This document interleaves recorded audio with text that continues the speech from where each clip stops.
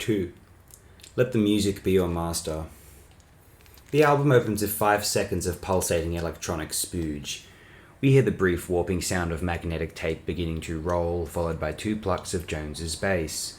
But the principal sound is a quick series of 20 or so growling wicka-wicka beats that begin to slip out of phase before dwindling into an aimless scratching noise like a DJ losing steam. These pulses sound regular and electronic. They do not sound like they were produced by a guitar, at least in any conventional sense. According to Chris Welch, Jimmy Page describes the sound as the guitar army waking up, rise and shine.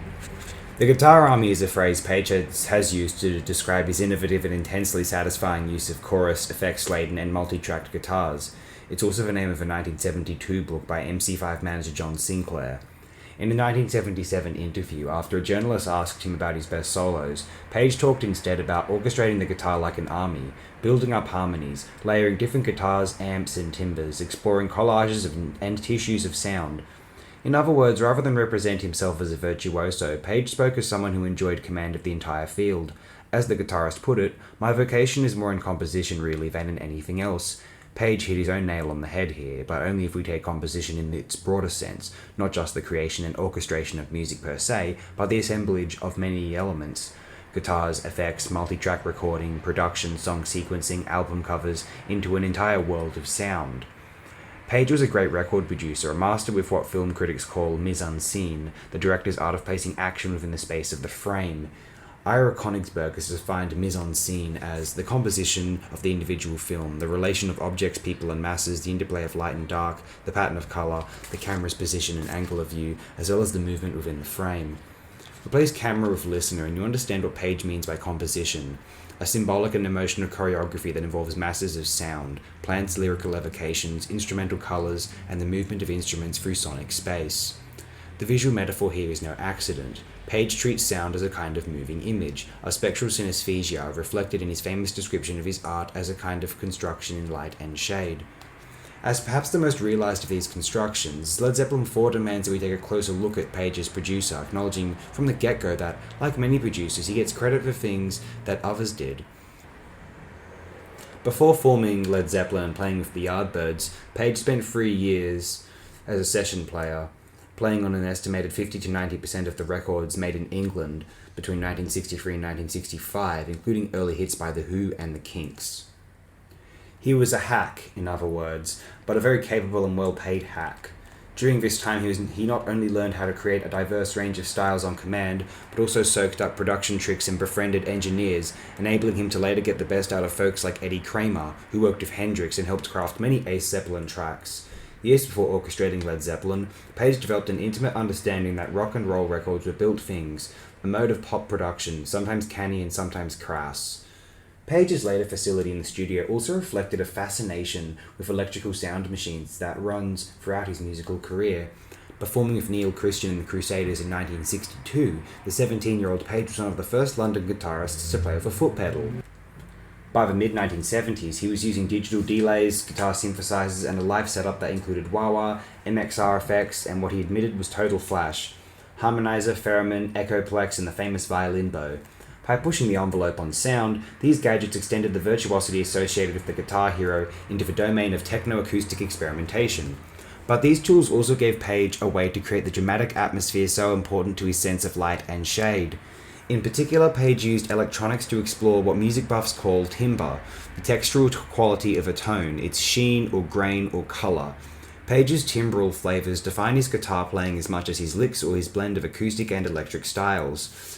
Think of the slutty bumblebee sting of Black Dog, the lacerating wah-wah of Trampled Underfoot, or the eldritch majesty of Achilles' Last Stand.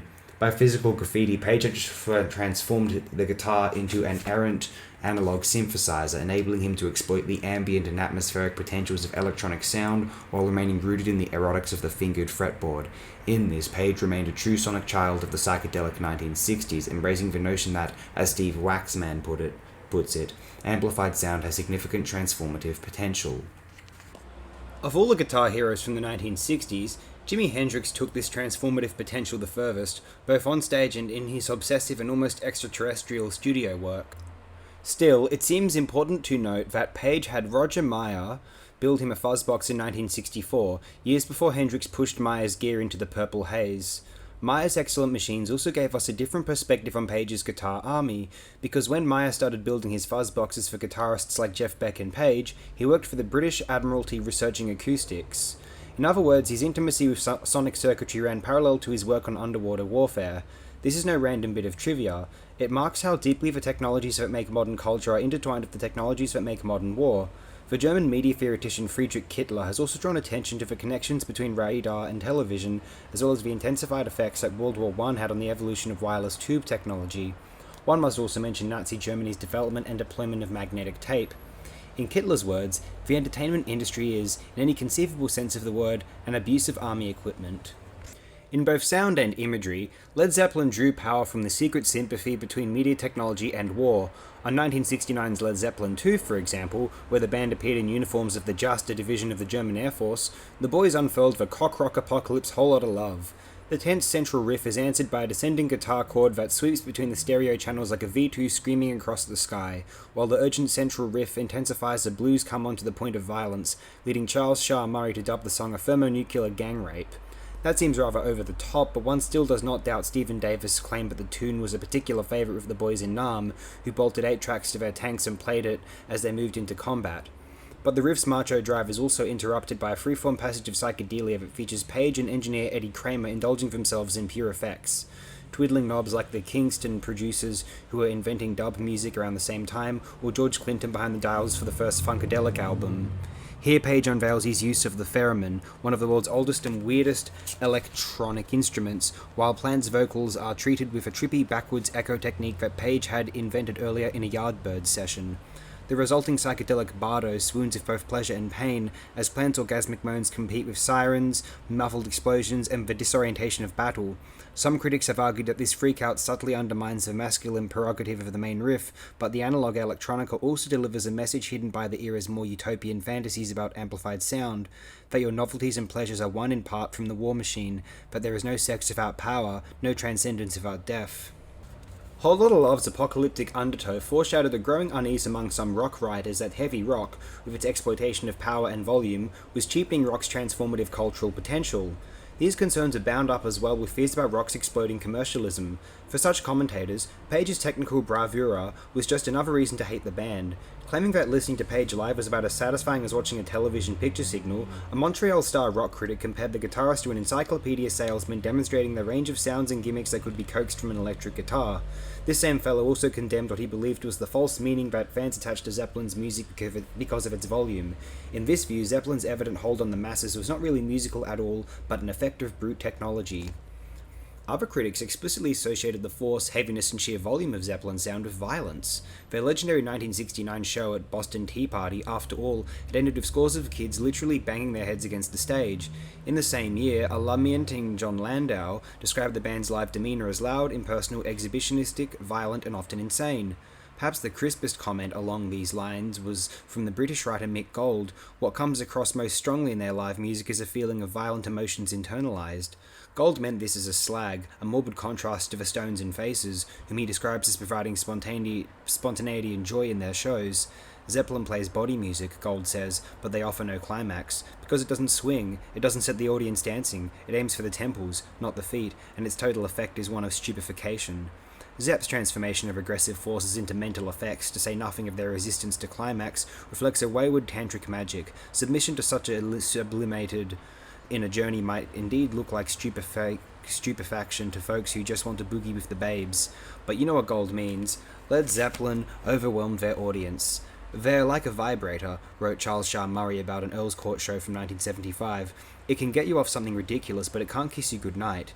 In the Ferocious Immigrant song, which opened their third album and many a show, Zepp thematize their power and aspiration as a kind of Viking violence. The land of ice and snow is not the land of spontaneity and joy, but of forceful telluric energies and the dark vision of the midnight sun. At the same time, Plant's pagan boast also nods toward the modern technology that makes Zepp's marauding guitar army possible. Mjolnir, the hammer of the gods that drives their ships, is Thor's way of making lightning, electricity, in other words, the literal power that would drive Zeppelin all the way to the western shore, to America, that is, even unto the hotels of California. The mythic life of electricity recalls another curiosity about Page's quip about his guitar army. He describes it as waking up. This awakening depends on the flow of electrons. Other accounts of the album's weird opening fanfare suggest that we are just hearing the amplifiers warm up.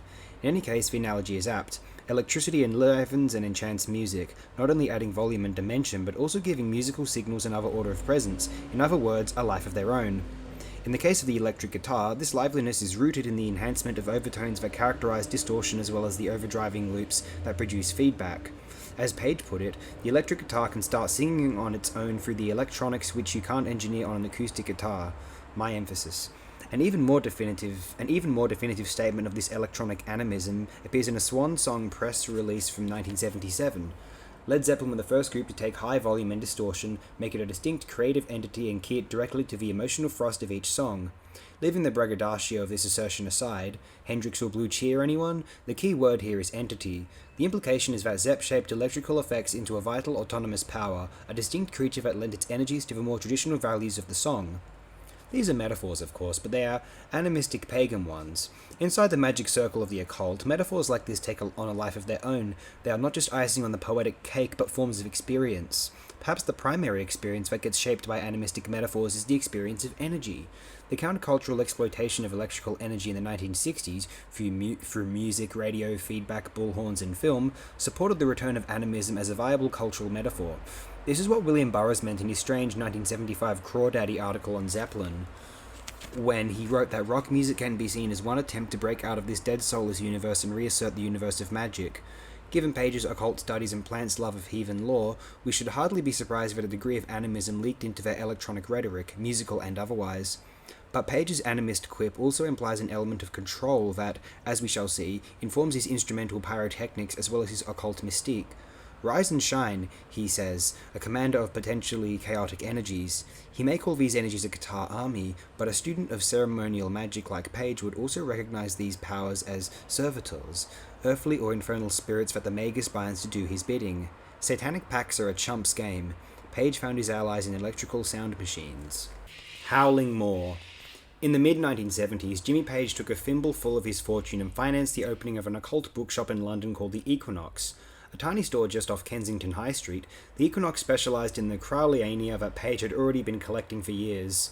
Crowley stuff was hard to find in those days, but the Equinox sold many obscure volumes, including some signed by the master himself. The shop also offered a complete first edition of Crowley's original 10-volume Equinox, whose stated aim was to synthesize the aim of religion and the method of science. Page's enterprise is also set up to republish facsimiles of important occult works, including some written by, hold on to your hats, Aleister Crowley. At this point in his life, however, Jimmy Page's occult side projects could be said to have lacked a certain follow-through. As mentioned earlier, Page had been working on a soundtrack for Kenneth Anger's Phelamite film Lucifer Rising for years. Page first met Anger when he outbid the California underground filmmaker for a pornographic Crowley manuscript at Sotheby's. The two hit it off, and Anger's densely symbolic film gave Page a perfect platform to explore the intense electronic trance music his more commercial work kept hinting at. But he couldn't get it together, and though Anger had one of the most famous rockers in the world working for him gratis, the filmmaker eventually got fed up with Page's lackluster efforts and turned for soundtrack chores over to the imprisoned Manson family member Bobby Busalail. Similarly, by the time the Equinox closed its doors in 1979, the enterprise had managed to publish only 2 books. The first of these, which appeared in 1976 with the kind of black camel hair wrappers fancied by Crowley, was called The Book of the Gosha of Solomon the King. It was the Fashmiel edition of a 16th century magical text edited and published in English by Crowley in 1904, the same year the master channeled the Phelamite revelation, the Book of the Law. The Gosha is the first portion of the Lemegeton, or the Lesser Key of Solomon, one of the most famous magical grimoires. On the Gosha's elaborate title page, Crowley attributes the translation of the book to a dead hand. The translator was in fact the still-living MacGregor Mathers, the Golden Dawn co-founder from whom Crowley was then estranged. This seeming rip-off was appropriate, for though there are many exalted and noble works in the canons of magic, the Gosha is not one of them. Its sigils and conjurations are designed to give the mage brute command over an army of several million devils organized into legions headed by 72 kings and princes of hell. Gosya, it should be mentioned, is Greek for howling. Page's decision to begin his publishing career with the org to charts to Lucifer's own guitar army should dispel any lingering doubts about which side the guitarist's bread was buttered on. Friend makes much of this diabolical book in Fallen Angel, and is particularly drawn to the spirit Paimon. A great king with a roaring voice, Paimon is surrounded by musicians. Friend even hears an echo of the song remains the same in the Goshia's promise that this demon can teach you anything thou mayest desire to know. That's pretty silly, and Friend would have done well to read the Crowley essay that accompanies the text, wherein the beast, wearing the skeptical hat he favoured at this stage of his career, writes that the Goetic demons are just portions of the human brain. But Friend gets much closer to the mark when he cites the preliminary definition of magic that opens the grimoire. According to this brief commentary, magic is the highest form of natural philosophy, and its operations are driven by the magician's understanding of the inner or occult nature of things. By skillfully applying this understanding to things, the operator can produce strange and admirable effects, which to the vulgar shall seem to be a miracle. The magician, then, is a technician of special effects, which seems as good a place as any to consider how Page's occult predilections may have informed Led Zeppelin's music. In particular, we can talk about the sound of this music, which not only howls and roars, but plumbs the depths. Literally, live and on record, Zepp's sound was heavy, a chthonic crunch rooted in loud, distorted riffs and the combined power of John Paul Jones and John Bonham, who moved into the lower register like they owned the place. It is possible to make cross-cultural arguments about the shadowy psychic states catalyzed by deep beats and a heavy sound. In his Crawdaddy article, Burroughs mentions the Jajouka trance music of Morocco, whose rites revolve around the goat god Pan, but you only need to open your ears to hear Led Zeppelin toying with what Johnny Cash called the beast in me. Something seething and bass and more than a little crass. As Page noted, the band made music from the stomach rather than the head. You can see it in the way he slung his guitar on stage. Page liked to take it as low as you can go. It is a measure of Led Zeppelin's command that their low-end folk-fringed grunge, coupled with the castles and ring wraiths that floated through Plant's lyrics, staked out territory wherein an entire subgenre of rock would grow. Alchemical language is unavoidable. Zeppelin took the weighty riffs of heavy rock and transmuted them into heavy metal, a term which they nonetheless rejected, reasonably enough for themselves. In any case, their riff mythos launched 1,000 black ships. It is as if they forged a sonic portal into the abyss, and then broke the cardinal rule of ceremonial magic and left the damn thing open. Who let the dogs of doom out? In fairness, it must be said that many rock bards name Black Sabbath rather than Zeppelin as the true font of heavy metal. After all, Sabbath packed an unparalleled eldritch punch and in many ways represent a purer source of bane, the riffs more consistently morbid, the stance more prole, and the whole shtick more out of nowhere and hence more monstrous, more contrary to nature. But Zeppelin had a vaster palette, a more richly perfumed darkness. Perhaps more importantly, they sold way more records. Like all origin stories, this one depends on your frame of reference, your own lineages, your taste. It's very much like the question of who deserves blame for the genre of heroic fantasy, whose multi-volume sagas of dwarf lords and magic blades continue to clog the SF sections of bookstores. Hardcore sword and sorcery buffs will rightly name the pulp peregrinations of Robert E. Howard's Conan, while more literary types will nominate, with equal justification, Tolkien's Lord of the Rings. Sabbath is Conan, Zeppelin is Lord of the Rings. But Zeppelin is a special sort of Lord of the Rings, one where you get to root for both sides. Whatever its biographical basis, Page's apparent diabolism is counterbalanced with the bucolic hippie paganism concentrated in the lyrics, persona, and hairstyles of Robert Plant. Led Zeppelin derives much of their mythic power from this seductive but disturbing ambiguity. Who do Zeppelin swear fealty to? The devil or the sun? Mordor or Middle-earth? Is fairy really just a theme park of hell? The polarity between Page and Plant is even reflected in their very names. The Plant is the pure green spunk of earth, whereas the Page is a work of man, a scale to avoid upon which we inscribe our plots and spells. A similar polarity underlies Page's persona and helps to explain the aura of magical power that characterizes his mystique. Susan Fast cites one fan survey focused on the guitarist. He is the sage. He knows how to take chances and make it work. He is the producer and ultimate architect of the goods. On the surface, Page's live performances present typical rockist values of spontaneity, virtuosity, and sweaty abandon, but Page adds a novel element to the figure of the guitar hero, an element that Steve Waxman has identified as mystery.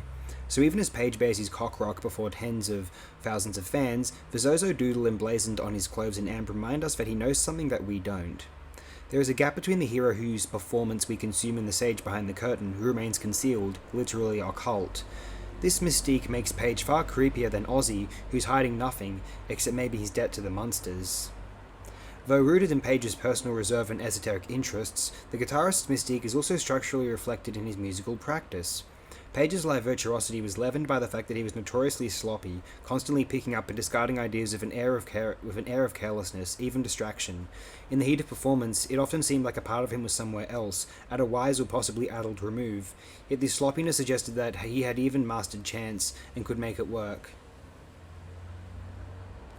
This element of hidden mastery is the key, for behind the scenes, Page was an architect of control, a hands-on producer, a sometimes martinet in the studio, and a tight-fisted investor who, along with Peter Grant, helped wrest unprecedented financial and artistic control away from his record company. This air of cunning underlies his mystique. On stage, he would occasionally direct the other members like a conductor, a performance that Jones has insisted was largely for show. Those souls disturbed by Zeppelin's power seem most threatened by this quality of hidden control. For Tom Friend, Zeppelin's spell is concentrated in occult technology. In his chapter Misty Mountain Hop, Satan Takes Possession of Jimmy Page, the author expends copious prose on the violin bow and the echoplex. The following chapter is devoted entirely to the theremin. To Friend's credit, it must be said that Page liked to play the great and terrible Oz. On stage, he sapped for theremin for all the sorcerous drama he could muster. The guitarist often deployed his bow like a ceremonial magician's wand, sometimes even seeming to ritually call the quarters. To reporters, Page dropped cryptic comments about the hypnotic power of riff music. In sounds, he discussed the science of vibration, floating the paranoid chestnut that certain frequencies of infrasound can liquefy your guts or even kill you. Of course, the band heartily denied what Friend and others describe as Zeppelin's ultimate secret weapon of diabolism, the backwards masked satanic messages supposedly woven into Stairway to Heaven. We will deal with these garbled hymns to My Sweet Satan in a later chapter. What's important to note here is that these accusations of occult control mirror secular critiques of the band and their fascist manipulation of consciousness through media. When a Montreal Star reporter attacked Led Zeppelin for generating false meaning through volume, he was not criticizing the group for playing lame songs, but for taking technological advantage of listeners. Indeed, with the exception of Susan Fast and Donna Gaines, commentators who address Zepp's core fans tend to characterize them as dupes, teenage zombies of little will or taste of their own. Sometimes drugs take the blame as well. Rolling Stone famously dismissed Zepp's followers as heavy dope fiends, while the Los Angeles Times went so far as to attribute the band's success to the teenage embrace of barbiturates and amphetamines, drugs which seemingly rendered the human nervous system more susceptible to the band's dirty tricks. At the same time, it would be stupid to dismiss the questions of seduction and trance raised by Zeppelin's live performances and recordings. Such matters are thorny topics in criticism, and they touch upon fundamental issues of autonomy, of who we are when we give ourselves to music. The dissolution of boundaries most of us have experienced dissolves the boundaries of discourse as well, melting aesthetic categories into sacred intuitions and the verbal flashbacks of tribal exotica. It is difficult to explain in anthropological terms how the phenomenon of possession occurs in traditional sacred dance, say in Haitian Vodun. What blend of cultural narratives, beat science and psychodynamics boots up the gods? How much harder than to talk about entrancing rock music within the broken frameworks of secular modernity?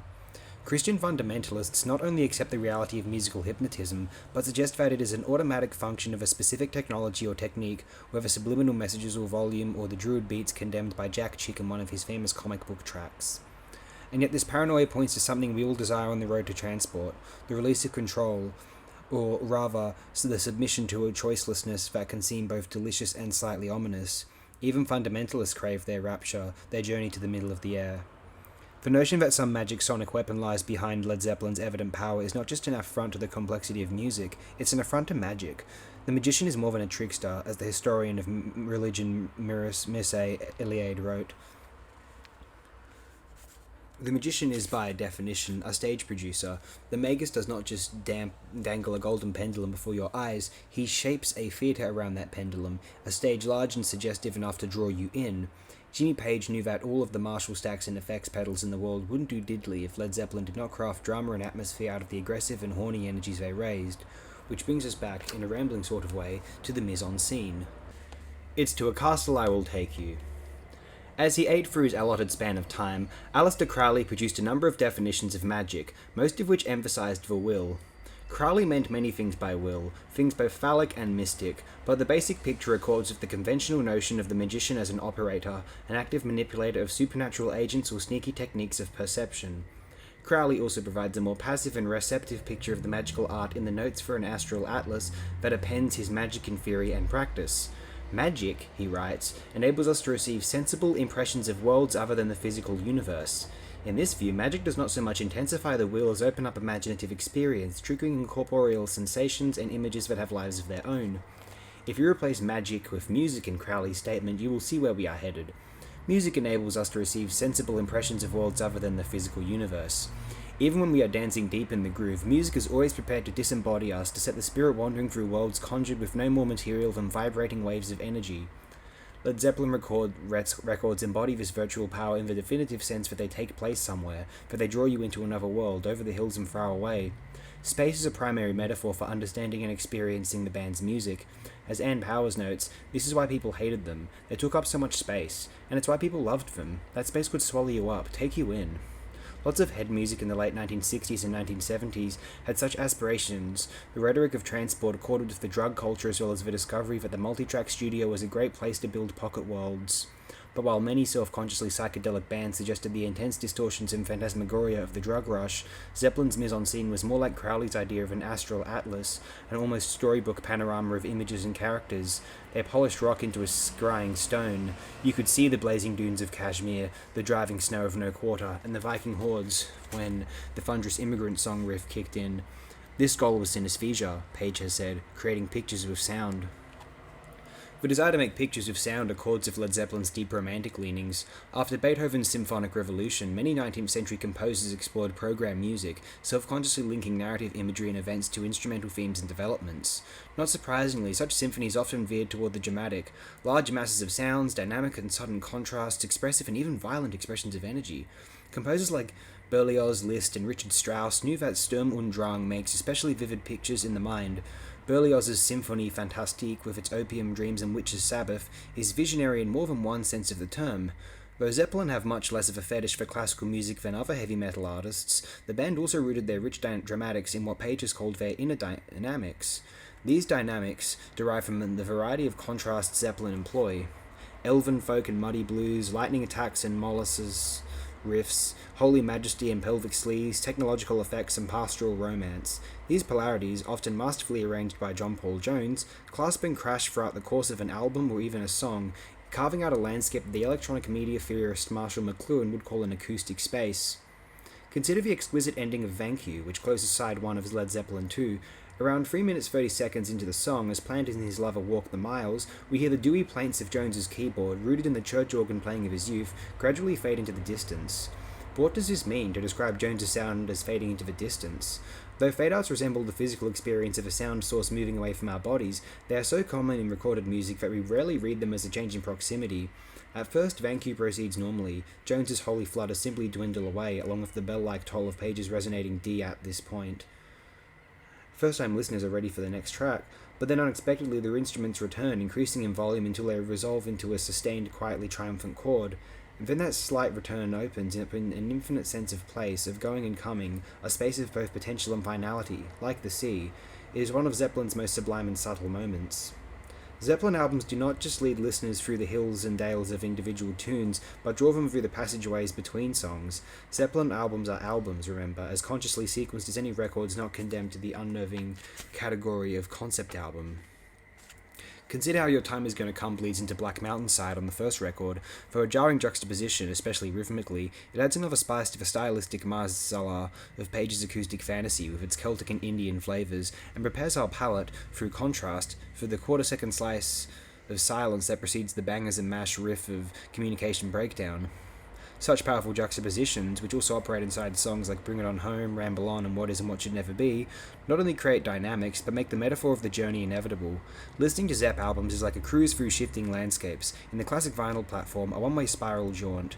When Pallant yells for the confounded bridge in the crunge from Houses of the Holy, he's not just asking to get out of the groove, but to get his ass over to the other side of the LP. The rich sense of acoustic space that pervades Led Zeppelin records derives not only from the music's inner dynamics, but from Jimmy Page's mightiest technical spell, his engineering of ambience. As Robert Palmer noted in a vital 1990 essay on the band, Page was extremely conscious of building and maintaining the atmospheric quality of the song from square one.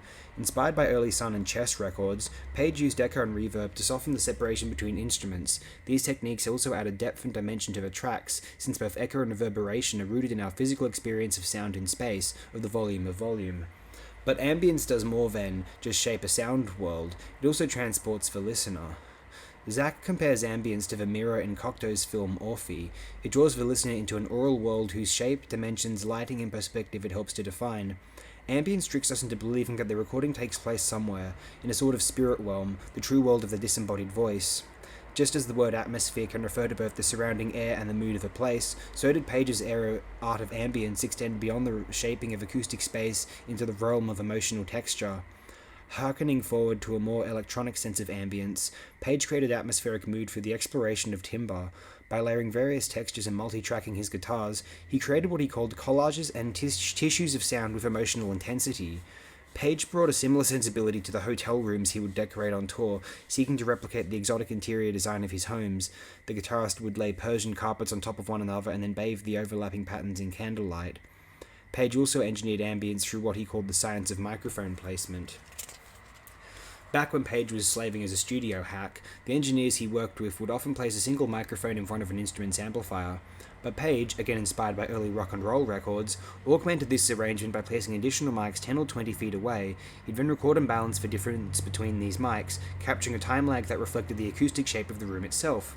Distant makes depth, he'd say, tipping his hat to the engineers of the old school. The whole idea, the way I see recording, is to try and capture the sound of the room live and the emotion of the whole moment. As a producer, Page had a romantic, almost animistic desire to absorb the actual environment where the sounds were made with the bodies of men. As Zach writes, the master recordist uses microphones to capture not only sonic and musical elements, but also the weight of apparent physical presence. Such physical graffiti also appears on some Zeppelin tracks as extraneous documentary slop. Think of the jet that flies overhead before the band launches into Black Country Woman, recorded on the lawn at Mick Jagger's Stargroves estate, or think of the guitar army that growls before Black Dog begins. And through what sort of acoustic space does the electronic bark of Black Dog resound? What ghost of what hall stages the riff symphony that is Led Zeppelin's fourth album?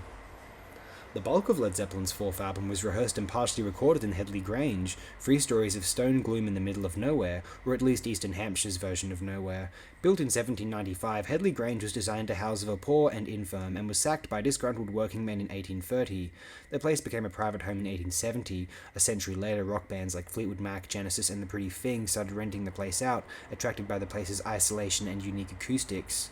When Led Zeppelin arrived in December 1970 with Ian Stewart and the Rolling Stone mobile studio in tow, they found the place cold and damp and rather the worse for wear. The band had burned some of the banisters during their previous visit, so they started burning some more, but it only helped so much. Plant and Bonham didn't like the place, and engineer Andy Johns reportedly thought it was haunted.